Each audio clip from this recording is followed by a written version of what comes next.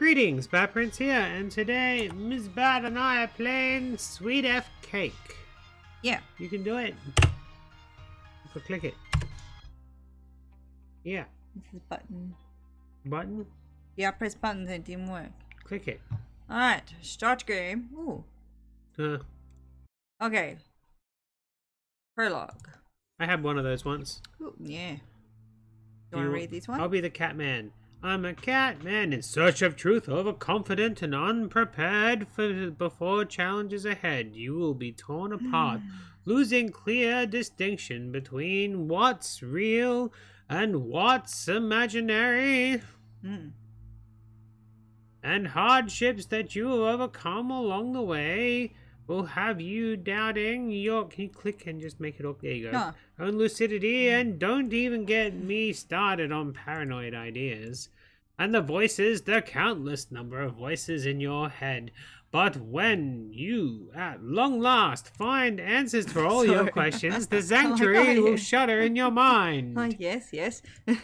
Too exhausted to accept the truth, driven by by your existence agonizing from bitter knowledge, you will be left with no other choice but to jump off the roof.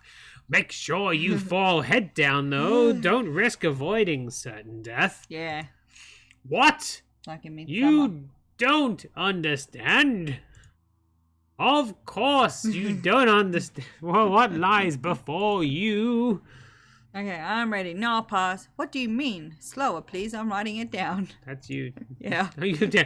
Leave your jokes for your own special buddy. But I have to admit, that's a good idea. Make notes. Thank you. Notes. You will write my biography if you outlive me, that is. What are you going to live through? The story, of course. What else? It is so touching, my own heart begins to pump faster. Okay, where was I? Yes, the jokes. Yes, the jokes. In every student's life comes a moment when looking at the afternoon sun begins to hurt less than looking at girls. When a girl's gaze makes you inexplicably shy, her perfume pierces your heart like an arrow of Cupid's bow. Let's see if she's wearing perfume. And your heart bleeds from that wound, erupting mighty spurs of hot magma that flows through your body, granting pleasure beyond reckoning. Maybe that's falling in love. Maybe that's just an entropine fueling my raging endorphin. Maybe that's just an endorphin fueling my raging endorphins. Imagination. Endorphins. Oh, my raging Whatever it is, endorphins. any girl's part that shows even a little makes me hungry as never before. I am trembling at that thought. If I can think at all, I can't study or live my life in peace when I want someone I haven't had yet. My primal instinct is awakened, and I hope I can quench that thirst. Quench it. No, I am not a Neanderthal. Oh. I am a virgin. Oh. I need a girlfriend. Now! Oh!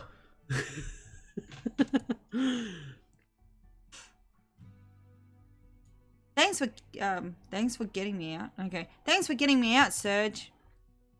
You seem to know what I need. A nice place, ice cream, and a strong, friendly shoulder. Kate, my childhood friend. I've known her since she was 6. Until recently, we could talk about anything.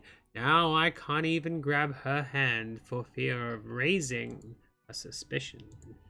She used to be the person I could share any secret with, but now she is my secret. Okay. My secret object of affection who can become my first girlfriend. If I am brave enough, that is. Last month, when she was still dating with her lover, all we talked about was him and how she spent her time with him. Horribly, I was who was asking about him all along, and I reckon mission of sorts as I was planning to counterattack when the time was right. You know, you read that slow anyway, that's all I'm just saying. Although Kate said she wasn't in love with her boyfriend, that she was dating just for fun. I kept trying to convince her to break up with him. I would focus on his disadvantages, which Kate herself willingly told me about. I have to admit, there wasn't my first act of sabotage. I'm like a despicable romance wrecker, an evil demon on one of her pretty shoulders, an opposite of the matchmaker. I know that's foul play, but my heart was aching from envy, so once again, using my influence on her, I had forced Kate to give up another lover, and I am confronting her, easing her grief. There's nothing to be ashamed of. I certainly can occupy this vacancy if she would just accept my benevolent offer. To my surprise, Kate was in a good mood. She wasn't grieving at all. But I know that behind her happy-go-lucky attitude hides a fragile flower. You must be worrying about your breakup, right? Kate's face changed. She smiled bitterly and tapped me on the shoulder in a friendly manner. You're being funny, Serge. The only thing I worry about now is eating an ice cream before it melts. She was cold, her lips glistening in the sun rays. She would lick. She's the nicest and prettiest girl of all I've ever met. I didn't meet a lot of the other people, that's true, but looking at Kate is enough for me to know exactly how an angel looks. I want to hug and kiss her so bad to press my body against her big, soft breasts. I could be looking at her all day. I am certain my feelings for her stem from pure love. That is not just a case of blue balls. Trying to distract my dear friend from eating her ice cream, I sat closer to her, close enough to touch her bare hand. Why so silent? Come on, tell me something funny. That guy you broke up with, I thought it was serious. You were infatuated with him. Oh, not that again. I only once said he was sweet. You know too well that love is not my thing. My life belongs to science. Science? And I have you. You're the only person I want to spend my free time with. Serge, you're better than any of my lovers. Than all of them. I turned away, trying to hide my discomfiture. Why won't you date me then, huh? As concerned with that issue as I was, I tried to make it sound like an innocent joke. Ha! Didn't expect that. You're too good for me. I'm an egoist. I'll only make your life worse. But what about those guys you dated? I don't care about them, but you, I appreciate and respect you. They always say that. If you have to reject intimacy to deserve respect, I'm ready to give up my conscience just to have the blessed opportunity to touch your soft, tender, warm breasts, full of promise. Hey, why are you so sad? That's nothing. What, you didn't hear my aside? Be brave, you weakling. Confess your feelings. If she thinks you're not being serious, she won't be serious with you also. You look like it was you who broke up with the boyfriend, not me. Okay, I'm not just a best friend now, I'm gay as well. Do you want me to kiss you? Yes, that question sent me flying headlong into a bed of flowers.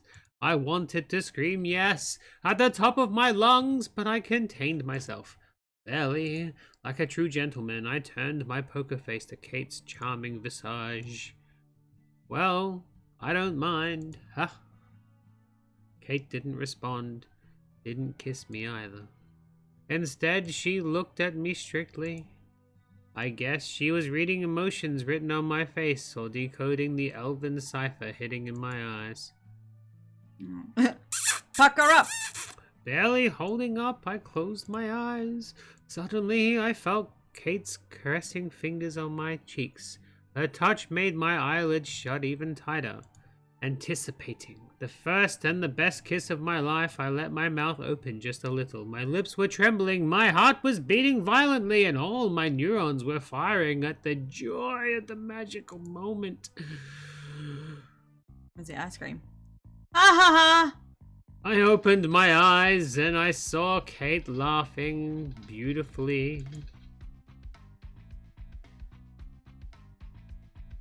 I can't believe it. You really thought I was going to kiss you? Oh, I did. Did I do something wrong? Serge, wake up. It's me, Kate. We've known each other since we were infants. Our parents would even bathe us together. I wish I could remember that. What were you thinking about? Kissing me?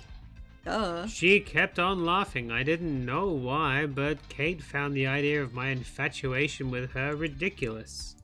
I'm sorry, that was dumb. I just thought, well, that you and me. Me and you? The girl's mood suddenly changed, as if switched. She stopped laughing. Well, I can't tell you were expecting some love play from me. Words missing, that is. Not at all. This is not what it seems. She frowned angrily and shook her head. Looking at her was agonizing. You know, Serge. She was severe. Her strict voice hit like a hammer on the coffin with my dead dreams. Your words are scaring me. Do you want to ruin our friendship for the sake of petty intercourse? What makes you say that? You guessed it. Right. Damn you. Because if you, little shit, want to tell me you love me, you must know, and you do know, that I don't believe in love. Consequently, you simply want to get laid. No. Yes. But also to love you. Why don't you believe I want to use you? Because I'm no good for anything else, you sorry fool. I've only dated guys for the sake of science. I'm sorry, Kate, but that bullshit was never convincing. I'm telling you. Sad, even my best friend thinks I'm a liar. My obsession with science has earned me the reputation of a freaking nerd. Everyone in school is making fun of me behind my back, and you do the same. There's actually something schizophrenic about that. How come you don't understand? I've never felt anything for those guys. They're sweet guys, but I would never date any one of them, let alone you. You're being unfair. My shivering voice betrayed the pitiful state of my mind. But that's the truth. I was in utter confusion. Earlier today, I was planning to admire and praise her, kneel before her, and propose to her in a beautiful manner, but we ended up talking about intercourse, schizophrenia, and lies. Great start of a great day. Please, Kate, give me another chance. You got the girl next door achievement. And that's my confession. Such a pity. Do you really want me so bad? Damn, why are you talking like that? Answer me! Kate insisted on her interpretation. To my disappointment, I was too cowardly to convince her otherwise. I had to say something that would retain at least some of her respect, but by that moment, my self-respect was beyond the point of no return. You get an option. Yes, I want you. No, a hand is enough. A hand job. What? No, I don't want it. Or I want it, but no. Yes, I want you. Oh, you choose it for me. Kate raised her finger with an palm of a scientist on the verge of a great discovery. Eureka! And then she pricked my forehead with it. Thought so. In medicine, it's called satirize. Sis. What? Sata how? Here's how. You don't understand that you don't actually love me. You just want to satisfy your primal instincts. This is nonsense. You could say that about anyone. That's 'cause you're all the same. I was struck and saddened by this realization. You're making excuses, I can tell. Please, don't make me say no to you. I want you to get rid of these stupid thoughts. Kate gave me a sympathetic look and sighed in her authentic, theatrical manner. She was looking at me if I was as a stray puppy that she can't take home with her. Despite I was naturally a chill guy, I felt I was becoming more and more pathetic. I was struggling to contain tears welling up in my eyes, but all in vain. There was no stopping it. The world before me was blurring. I almost wanted the rain to start pouring, washing my tears away to make it look even more dramatic. You're a good boy, Serge. I'm proud to have a friend like you. But you're not destined. We're not destined. But we're not destined to be together. You're kind, compassionate. You deserve more. Every time I pass you by your porch, Granny's sitting at the nearest bench say good stuff about you. Grannies, my loyal supporters. Feeling absolutely desperate, I knew there was only one thing left to do. She's only saying that crap because she doesn't want to go out with him at all. Just say it. And weep I did. Tears erupted, streaming down my cheek in narrow lines. As if I wasn't pathetic enough, I felt snot drooling from my nose down to my chin. I was crying like a little girl. There's nothing wrong with that.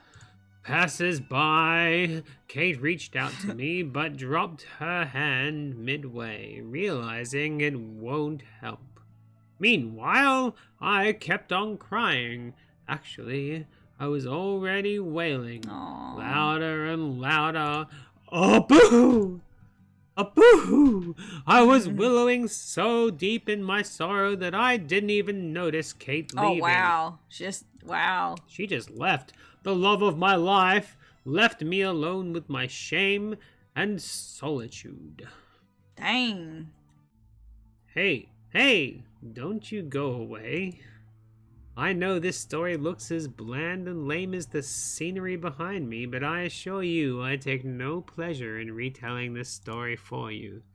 As soon as you understand what that loser is, you will be able to take my story closer to your heart and come up with your own conclusions.